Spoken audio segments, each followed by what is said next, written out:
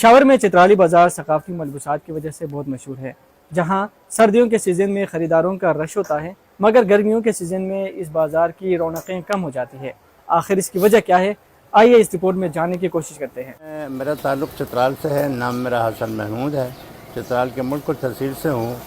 اور میں غالباً 1970 سے یہاں پر یہ کام کر رہا ہوں۔ ہاں ظاہری بات ہے وہ اس لیے کہ اون کا کام ہے ہمارا، یہاں پر جو کام کرتے ہیں یہ اون کا کام ہے۔ چادریں ہوئیں، واسکٹیں ہوئیں اور یہ ٹوپیاں ہوئیں، یہ ساری چیزیں اون سے بنتے ہیں۔ اون تو گرمیوں میں استعمال نہیں ہوتا کیونکہ وہ گرم ہوتا ہے، تو لہٰذا گرمیوں میں ہم لوگ یہ کام کم پڑ جاتا ہے تو بناتے ہیں، رکھتے ہیں، اور کچھ اطراف میں وہ جو دور کے دکاندار جو ہیں وہ لے جاتے ہیں گرمیوں میں، تو گرمیوں میں کام تھوڑا سا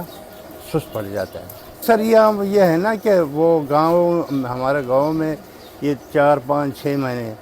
گاؤں بھی خوبصورت ہے، ان کے چھٹیاں بھی ہوتے ہیں، اور لڑکے جو کام کرتے ہیں وہ اپنے گاؤں میں ذمہ داری کے کام جو ہے وہ بھی کر لیتے ہیں، تو سردیوں میں یہاں کر وہ یہ کام کرتے ہیں۔ چترالی صدر انجمن تاجران جی چترالی بازار کا میں صدر ہوں۔ چترالی بازار جہاں تک دیکھا جائے تو اس کی بہت پرانی اس کی ہسٹری ہے،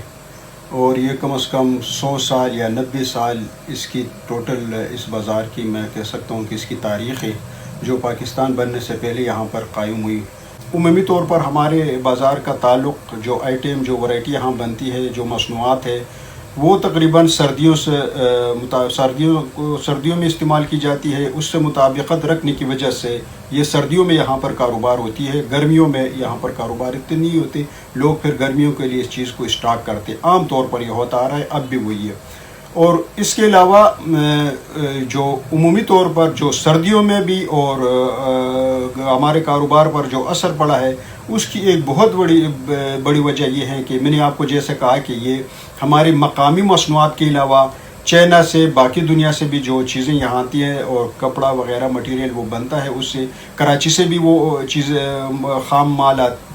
اس میں لوگ لاتے ہیں، فیصل آباد پنجاب سے لاتے ہیں، وہ بھی یہاں پر واسکٹ، ٹوپی، کوٹ بنتے ہیں۔ لیکن وہ ہمارا سب سے زیادہ جو ہمارا درمدار تھا وہ افغانستان کے اوپر تھا، تو افغانستان میں ہمارا کاروبار اس لیے خراب ہوا ہے کہ یہاں پر ہمارے طورخم بارڈر پر کوئی واضح پالیسی نہ ہونے کی وجہ سے، کوئی واضح ہدایات نہ ہونے کی وجہ سے